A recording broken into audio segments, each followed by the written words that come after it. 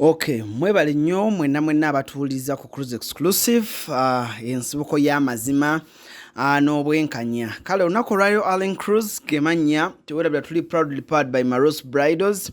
Bano basanga wali ku Anet Plaza level 2 osobola okuba nga ate obasanga. Kakati abantu bangi buli omu akozesa erinnya lya munne okulaba nga ayina waatuuka naddala abasama baffe abo ab'e South Africa.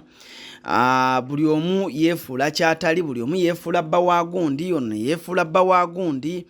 Okitegeera naye buli omu akozesa advantage y'okuba nti oli ali mu mbeera emu okufuna ekyo kyennyini kyaba akola ki kyabayagale. Kale mu mbeera eyo omwami amanyiddwa nga Meddy naye yeefubyeko mu nnaku zino mu bintu bya Momo 19 ebitambula. Naye twagala okumanya Meddy ono kituufu beeyagala ne Momo 19 oba tebeeyagala. Ndi mu kugezaako kubanga ate nfuna Momo 19 wano ku line tubeere nga ate twogerako naye. Hello Momo. Wanji Alan. Oli otya baby wange bannange sweet my best friend.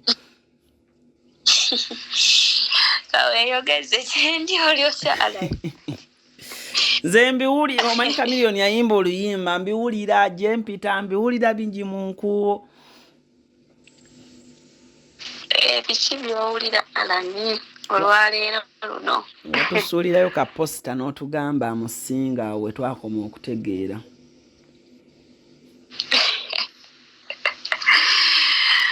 But anyway, omuntu atamanyi bufumbo, omuntu atabeerako na relationship na muntu yasobola okujajinga naye ebyo saagala bigenda mu kuba family z'amaka ziba z'amaka.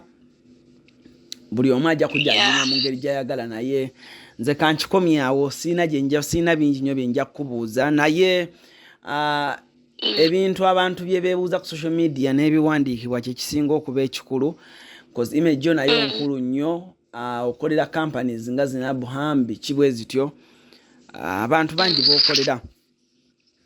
So kakati waliwo socialite amanyiddwa nga Meddy owe South Africa.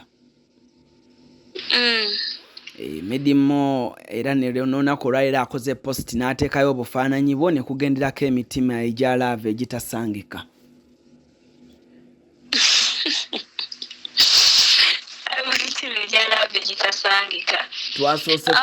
Twasoose kulowooza era n'ennaku zino buli kimu kigamba Meddy munnange ye yakugambye n'agamba nti vaayo eyo jangu eno.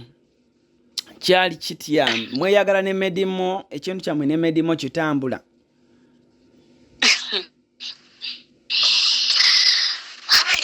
Kakati ebintu by'omwami oyo byatandika mpola nabyo binasooka nakubirabirako ono omwami gwe bayita Isma nga era nemmanya nti bya muzanyo era zabitwala nga kikulu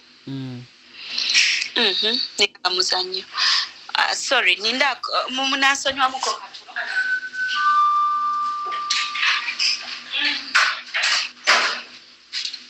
Kakati munange bitwala nga bya muzanyo nestabifaako naye munaye kintu ngenza okulaba nga kikula abantu banvumye abantu boogedde bye boogera okunvuma kikyali badde kikulu kubanga bye twabimanyira batuvuma everyday nibwo batolina ze bakuvuma naye wabeerawo ekintu ekyonoona image y'omuntu kati ombajja n'agamba nti Momo ate apepeya ne Meddy Meddy bambi omwami oyo simumanyi physically. Tomulabangako? Simulabanga nako.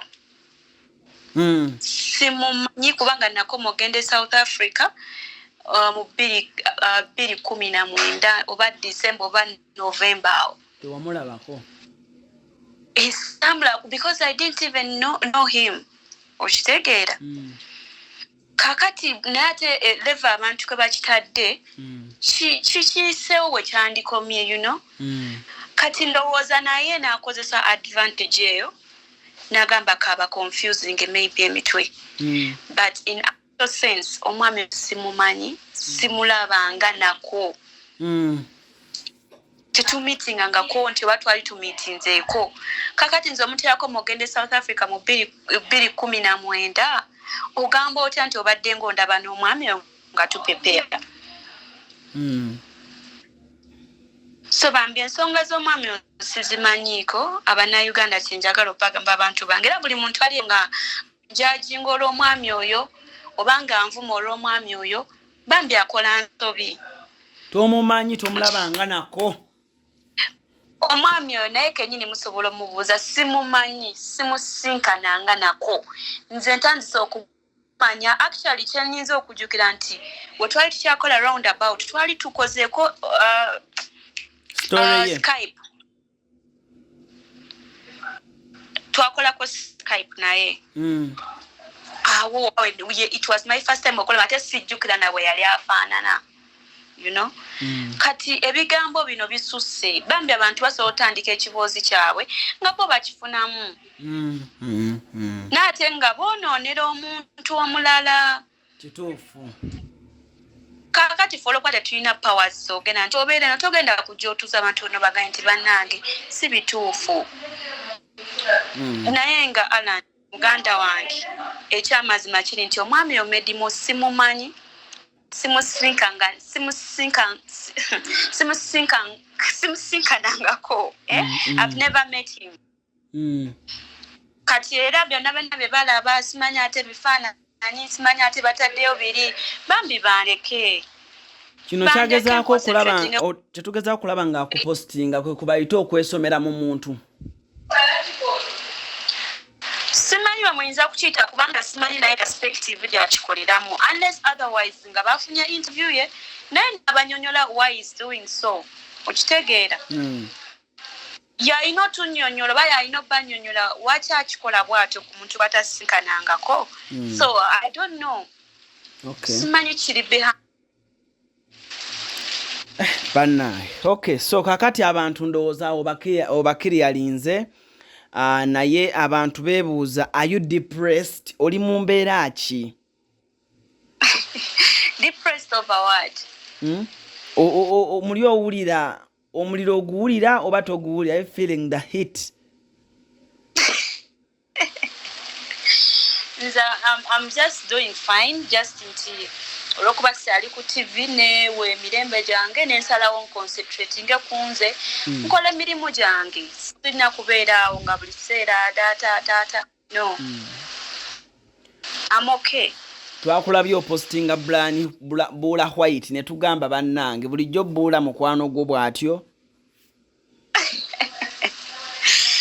yeah Brian White is a friend and a client atuwagira ku Nabham Kago so at what business he's a good man ye muntu agalo supporting abaana abato bwalaba ngo ina kyokola nga asobola okuwagira ate akkiririza nnyo mu bantu abalina kye bakola bwoba ina kyokola akukkiririzaamu then nakusupport abasobodde so he's a good friend oyogedde ku Nabham abaana gundi zaabwe ezitanatuuka Kago na biki kyoyinza obbagamba kuba abaana nabo ennaku zino badde bandi bubi bagamba tufunire ku Momo atunnyonnyole ebintu bya transport ddala water transport bizibu newabeera road transport bingi ebihabwa kebere air kebere sea kebere road ebintu byonna ebyentambula bibeera bizibu osuubiza omuntu kino ne kibaako ebizibu kalate ddala ffe abakago ebintu bisoba bisoba naye aba clients baffe tugezaako nnyonnyonnyo nga bwe tusobola okulaba nga tubanyonyola just nti abamu munaaye ekintu basobola okifuna obulala naye nga tutuula ne tubanyola ekibeera ku ground era bwe tuba nga waliwo eneddile tubanyonyola bulungi kubanga si yenkola yaffe ey'okulwisa ebintu by'abantu naye nga mukyakola tukola sebo okay offices ziriwa offices ziri awo ku Chamtawa. Okay. Yes. Abantu bagambye bannange Momo 19 kye watukoze bannange ennaku n'ebiwoobe biri wano. Nina mukwano gwange bamuyita fashira naye yagambye bannaye ye wamumenya omutima. Ala emboozi eriba ya lulala. Eriba ya lulala. Okay. Kiki wandyagadde ogamba abagoberezi bo? Okomawo otya? Ogenda kukomerawo mu TV okomawo otya? Oba bya TV wabikoowa? Kyonna ekinaabaawo bakirinde. Bankomawo ku TV kati asinza baga ngeri gye ngenda kukomawo. Naye kyebaba kati engeri gye ngenda okukomawo egenda kubeera nga esinga ku gye babadde bamanyi. Bingi bye mbafumbira engeri gye nkomawo. Bagenda bati balabanga kegenda kuba yanjawulo nnyo. Kyenyiza okubagamba. Era mbaagala nnyo bagwamu maanyi bave ku bigambo bya social media. Abaana ba Team Momo 19 obagamba ki? Team Momo 19 balungi nnyo era mbeebaza okuba nga banjagala nnyo nga neebawulira ki bo basigala bapush ng'abaana abo. Mbaagala nnyo kubanga bambeereddemu nti ne balaba kiki ne balaba muyaga nga gukuuya ne balaba ki abantu abakuvuddemu bo basigala bakuwagira. So bambi mbaagala nnyo Team Momo 19 mbeebaza beebale nnyo kunjagala beebale nnyo kumbeererawo. Okay. Alane.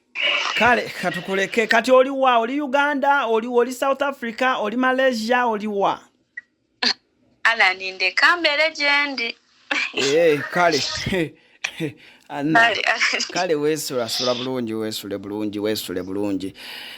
Twogeddeko ne Momo 19 ensonga muzuulidde bulungi nnyo muli ku Cruise Exclusive kwe mukyali powered by Marus Bridals. Ensonga zonna nga bwe zirina okuba bwenjo zibawa kakati eddoboozi mulifunye mulinde bifaananyi kubanga kati kika